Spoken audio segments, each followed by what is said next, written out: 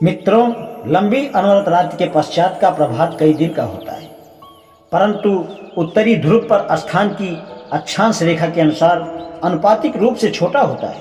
उत्तरी ध्रुव के कुछ अंश इधर उधर परिक्रमित प्रभात का अधिकांश अवधि में उषाकालीन प्रकाश दृष्टिगत होता है।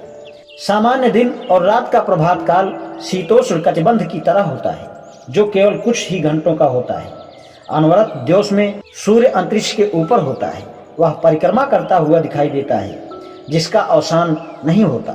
यह वक्र परिक्रमा करता है, क्षितिजीय नहीं, और दीर्घ रात्रि में वह पूरी तरह क्षितिज के नीचे आ जाता है, जबकि बाकी साल उसका उदय और अस्त होता है। वह 24 घंटों के कुछ काल में सूर्य के आच्छादन के अनुसार घटता बढ़ता रहता है। अपने विश्लेषण का उपसंहार तिलक इस प्रकार करते हैं: हमारे सामने ध्रुव और परिध्रुव के क्षेत्र के बारे में दो भिन्नताएं या लक्षण हैं।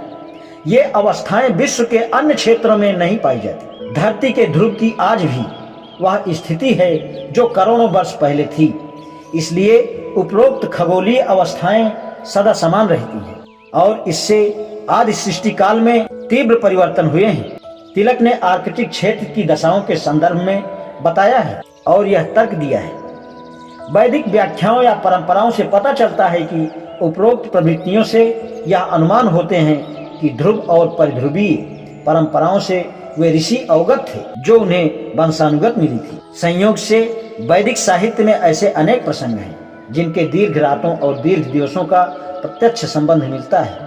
इसके साथ ही बहुत सी कथाएं भी इस बात के साथ मेल खाती हैं। तिलक अपनी नैसर्गिक और वैदिक कथाओं से संतुष्ट हैं कि वे उत्तरी ध्रुव की अवस्था से मेल खाती हैं और निष्कर्ष निकालते हैं कि वैदिक आर्यों का मूल स्थान आर्कटिक क्षेत्र रहा होगा।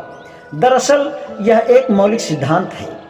इसमें मात्र एक बिंदु ऐसा है जिसकी अनदेखी कर दी गई है, वह है आर्यों का प्रिय प्राणी। वह उनके जीवन और धर्म से बड़ी गहनता से जुड़ा है। वह है अश्व, जिसका अश्वमेध यज्ञ से प्रमाण मिलता है। प्रश्न है कि क्या आर्कटिक क्षेत्र में घोड़ा मौजूद था? यदि उत्तर नकारात्मक है तो आर्कटिक क्षेत्र का सिद्धांत संदिग्ध है। ऐसा कौन सा साक्ष्य है जिससे पता चले कि आर्यों ने भारत को आक्रांत किया और यहाँ के मूल निवासियों को अपने अधीन कर लिया? जहाँ तक ऋग्वेद का संबंध है, इसमें रचमात्र भी भारत पर बाहर से आक्रमण का संकेत नहीं है।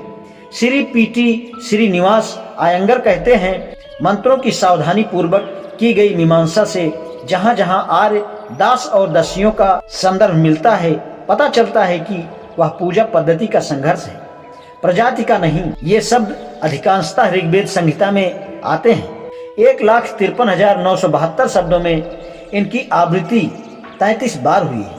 इतना अल्प प्रसंग इस बात का प्रमाण है कि आर्य कबीला आक्रांता नहीं था, जिसने विजय के बाद स्थानीय लोगों को भगा दिया, क्योंकि विजेता जाति अपनी विजयों का बार बार जिक्र करती है। जहाँ तक वैदिक साहित्य का प्रश्न है, उससे पता नहीं चलता कि आर्य बाहर से आए। इस संदर्भ में ऋग्वेद के मंत्र 75 में 7 नदियों का प्रसंग महत्वपूर्ण है। प्रोफेसर जी एम त्रिवेदी के अनुसार नदियों का संबोधन मेरी गंगा, मेरी जमुना, मेरी सरस्वती कहकर किया गया है। कोई भी विदेशी ऐसा संबोधन क्यों करेगा? ऐसा संबोधन वही कर सकता है जिसका इनसे निकट का भावात्मक संबंध हो। जय पराजय के प्रश्न का उत्तर वेदों में सुलभ है। आज इतना ही, शेष कल। धन्यवाद।